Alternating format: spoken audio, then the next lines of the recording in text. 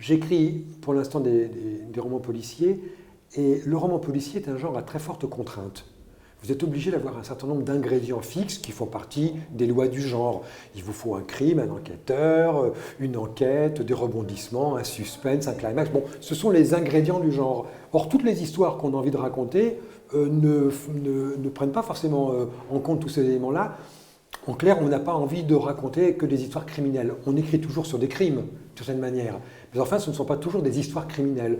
Et c'est vrai qu'en abordant un autre genre littéraire, moi j'ai trouvé une liberté que je ne connaissais pas, et je dois dire quand même qui m'a fait très plaisir. Je ne voulais pas écrire un roman historique, et ce que je voulais, c'était être vrai, mais je m'en fichais d'être exact. Ce que je veux dire, c'est que je ne voulais pas trahir la période que je décrivais, et je voulais que ce que j'écris soit vrai au sens de, oui, effectivement, globalement, c'est bien l'esprit de l'époque qui est comme ça. Les historiens grâce auxquels j'ai travaillé, je pense notamment à Bruno Cabane et à Béatrix Pau, ont eu la gentillesse de me dire qu'effectivement, je n'avais pas trahi la période. En revanche, l'exactitude historique, ça ne m'intéresse pas trop. Savoir si vraiment le bouton de guêtre est à sa place, je m'en fiche un peu, c'est pas mon truc.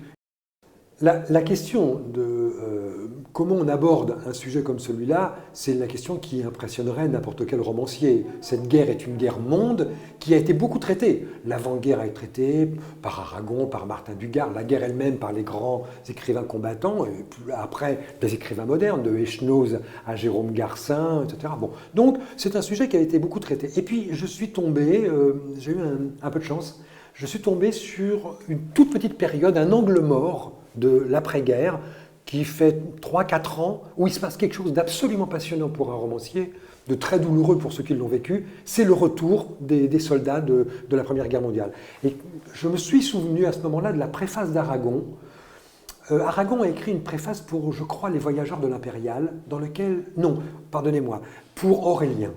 Aurélien est un combattant de la Première Guerre mondiale qui revient à Paris, et il écrit dans sa préface que pour lui, ce personnage est au moins un personnage, mais presque autant une situation, c'est-à-dire une situation qui prend un personnage ou un personnage pris dans une certaine situation. Et il explique que pour lui, Aurélien, c'est typiquement le type du héros, de l'ancien combattant qui revient de la guerre et qui ne retrouve pas de place dans la société dans laquelle il retourne. Et quand j'ai lu ça, j'ai pensé que j'avais peut-être le sujet de mon roman. Pour autant que je le sache et aussi honnête que je puisse l'être, le fait divers concernant l'arnaque au monument aux morts, je pense qu'elle est fictionnelle et que je crois en être l'auteur. En revanche, je suis absolument certain de n'être pas l'auteur du scandale des inhumations, puisqu'il a été très bien documenté par Béatrix Pau et que je me suis beaucoup servi de son travail. L'attaque de la côte 113 qui fait le début du roman, je crois qu'elle est fictionnelle dans la mesure où elle est commandée par un officier qui le fait pour des raisons de stratégie personnelle. Ça, je crois que c'est fictionnel. En revanche, ce type d'attaque où on va faire un nombre de victimes considérable pour avoir gagné 3 ou 4 mètres, toute la guerre de 14 en est émaillée. Il faut bien comprendre une chose. La guerre de 14, c'est 6000 morts par jour pendant 51 mois. Une ville de 6000 personnes rayées de la carte tous les jours pendant 51 mois. Donc, ça veut dire que pour gagner 1 mètre, 2 mètres, simplement pour maintenir une position, on a pu lancer des régiments entiers et faire des dizaines de milliers de victimes pour des gains absolument dérisoires. Absolument dérisoires. C'est une guerre d'une barbarie inouïe qui n'a jamais eu d'équivalent, qui n'en aura jamais. La guerre a changé. Il y a des guerres épouvantables. L'épouvante fait partie de notre présent et de notre avenir. Je ne dis pas que cette guerre n'aura pas de successeur. Mais cette guerre, sous cette forme-là, n'avait jamais existé. Elle n'existera plus jamais. C'est un îlot de barbarie sur lequel, à mon avis, nous devons garder l'œil braqué si nous voulons rester des honnêtes hommes. Oui, je suis assez antimilitariste. Alors c'est vrai que là, en plus, la bêtise et l'incompétence des militaires pendant la Première Guerre mondiale, c'est du pain béni pour quelqu'un qui déjà ne porte pas l'armée vraiment dans son cœur. Alors, je ne voue pas non plus l'armée aux gémonies, mais enfin, c'est vrai que je suis plutôt antimilitariste.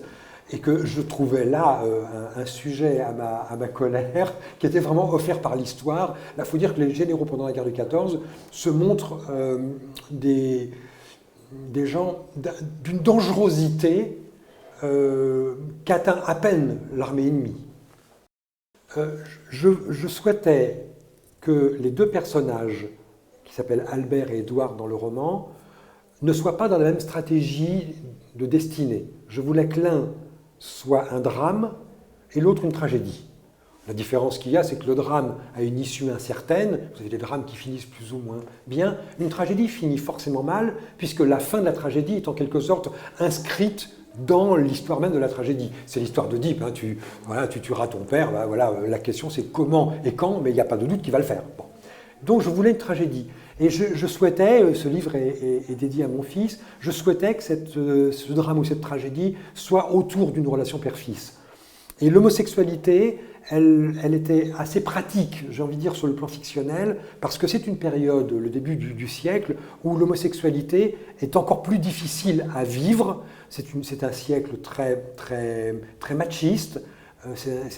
La guerre est un exercice prétendument très viril, et je trouvais que par rapport à cette virilité, etc., le thème de l'homosexualité, de la part de quelqu'un qui fait une guerre et qui la gagne, alors qu'il est homosexuel, me semblait être... enfin, ça faisait partie des messages positifs que j'avais envie de lancer dans le livre, quoi. Il n'y aura pas de suite proprement dite à Au revoir là-haut, c'est-à-dire une suite supposerait qu'on reprenne les personnages à peu près là où on les a laissés, comme dans une saga. En revanche, j'ai laissé un certain nombre de portes ouvertes à la fin du livre, parce que mon projet, c'est de dessiner une fresque du siècle, globalement 1915-2015, qui serait une sorte de photographie du siècle tel que je l'imagine, tel que je le vois, et dont chaque livre sera une des pièces. Donc, le Au revoir là-haut est la première pièce d'un puzzle qui reste à écrire, et chaque livre se touchera par un coin, et pas forcément par un personnage principal, ça peut être par un personnage secondaire. Et c'est vrai que cette petite Louise, elle a exactement le profil et l'âge d'un personnage qu'un romancier a envie de conserver pour le cas où il en aurait besoin. Et de fait, j'écris une histoire actuellement qui va se passer sous l'Exode en 1940, et dans lequel, je pense, Louise aura à jouer un rôle. Je ne sais pas ce qui va se passer pour Albert, dans cet Orient compliqué, ce grand Liban qui est en création. J'ai énormément aimé le faire partir sur les terres lointaines. Là encore, j'ouvre une porte, je me réserve de m'y engouffrer ou pas. Il y a plein de choses possibles. Vous voyez, c'est quand même le grand plaisir d'être romancier. Je peux raconter la suite de la vie d'Albert dans un autre livre.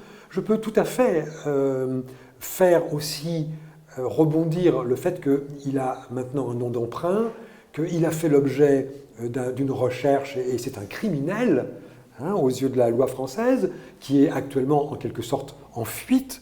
Je peux le faire également par la deuxième génération. Je peux très bien avoir un fils ou une fille d'Albert rattrapé par l'histoire des parents. Bref, vous voyez, pour un romancier, ce qui est vraiment merveilleux, c'est d'avoir une porte comme ça, qui d'un seul coup vous laisse la possibilité de tirer n'importe quel fil en fonction du plaisir que vous y prendrez et de l'utilité que ça pourra avoir pour votre histoire. Ça, c'est vraiment un métier absolument magique.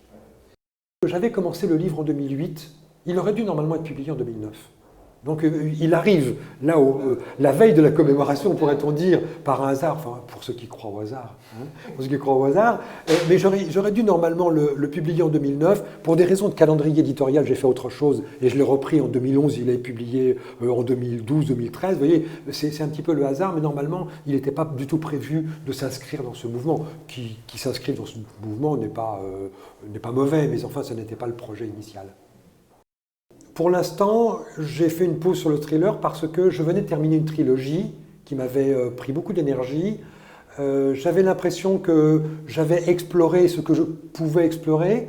Maintenant, je reviendrai très très volontiers au thriller, à la condition de trouver une bonne histoire. Je ne vous cache pas que si demain je trouve une histoire épatante, où je me dis « Ah, ça c'est bien », je vais m'engouffrer dedans avec grand plaisir. Je ne prétends pas du tout que je n'en ferai pas. Disons que pour l'instant, ce n'est pas dans mon projet, mais je sais que je vais y revenir avec grand plaisir. dans un livre, dans 2 livres, dans 3 livres, ça par contre je ne le sais pas. Je pense a priori que pendant quelque temps je vais rester éloigné du thriller pour essayer de bâtir ce puzzle du XXe siècle, alors très modeste, hein, mais ma vision à moi des choses. Mais encore une fois, une incursion dans le thriller n'est pas du tout impossible. Si je trouve une bonne histoire demain, je vais écrire un thriller avec beaucoup de plaisir. C'est aussi un très très grand plaisir de le faire.